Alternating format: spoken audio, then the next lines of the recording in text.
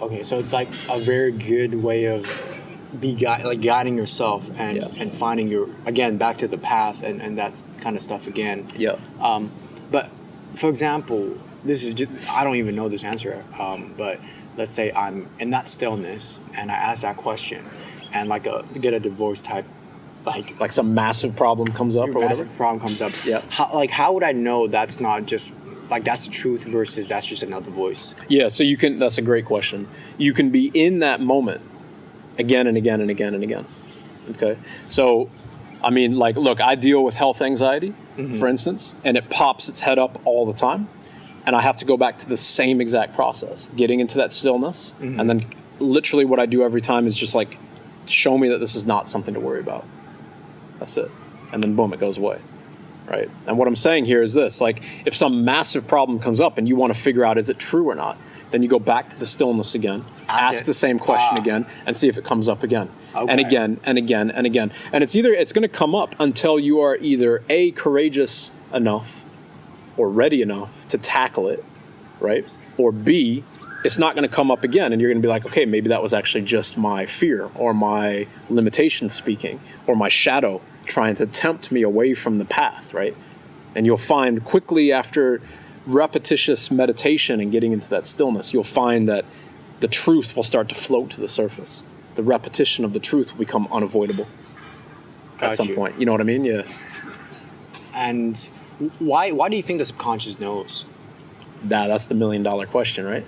That's this is the root of philosophy, the root of religion, the root of everything. It comes to the idea of how to distill that down. Are we in this? Is this reality? Is it a simulation? Is there a deity, an all-caring deity that's moving us forward? Is it something that we can actually see into the future? And that bit I'll speak to actually, because if this energy, this chi that moves through us is not just us, but it's universal.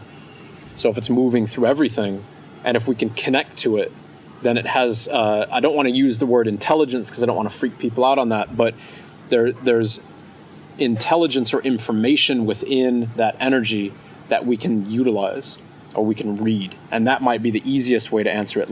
Imagine if you could, imagine it like this, if you could connect to yourself tomorrow, if you could call a number on that phone and you could call yourself tomorrow and that never failed you, well then you could run the world, right? Because you would know everything. Energy is much the same way. Energy is not bound by time or space.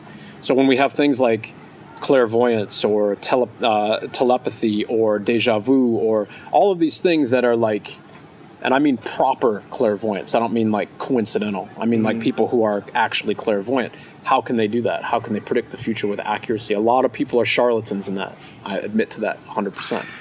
But I also want to say that's what I think we're doing. How does something know that we're being guided that way? Maybe because it's already there. Maybe because it's already living. Maybe we've already lived it many times and we have to just continue to do it. Who knows? Right? There's no way to know that. Hey, what's up? It's your boy Marco Chak. I hope you enjoyed the snippet of the conscious conversation. If you want to catch a full conversation, you can head to our YouTube channel. And yep, I'll see you there. Love and peace.